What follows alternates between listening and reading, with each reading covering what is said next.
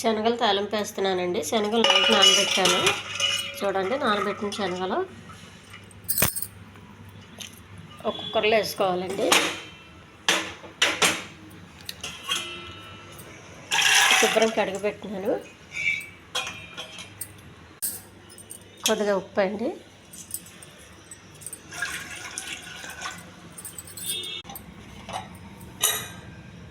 Cooker మూత పెట్టి ఒక 3 విజిల్స్ రానివ్వాలి. ఇచ్చానండి, కుక్కర్ పెడుతున్నాను.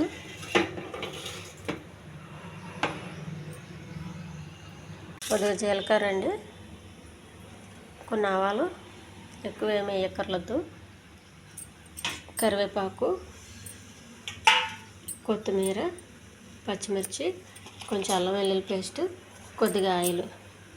ముందుగా పెనం పెట్టానండి స్టవ్ పైన. కొద్దిగా ఆయిల్ వేయాలి.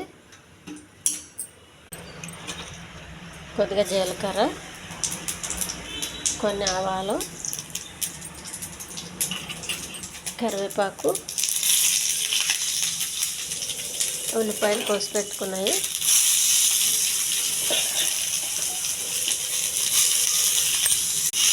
తాలింపు రెడీ చేసి పెట్టుకోవాలండి. ఉల్లిపాయ తిని శనగలు ఉడికేలోపు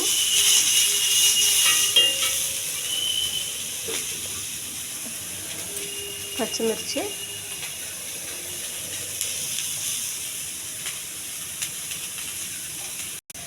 కొద్దిగా అల్లం వెల్లుల్లి పేస్ట్ అండి,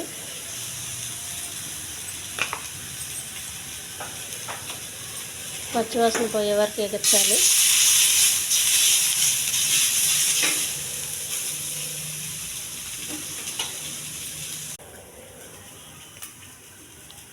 శనగలు ఉప్పు వేసాం కాబట్టి ఇందులో ఉప్పు వేసే అవసరం లేదండి. మనకు కావాలంటే వేసుకోవచ్చు ఉప్పు. మళ్ళీ అల్లం వెల్లుల్లి పేస్ట్ బాగా వేసింది. కొద్దిగా పసుపు అండి, కొంచెం కారం, ఎక్కువ వద్దు, పచ్చిమిర్చి వేసాం కాబట్టి. ఉడికించి పెట్టుకున్న శనగలండి,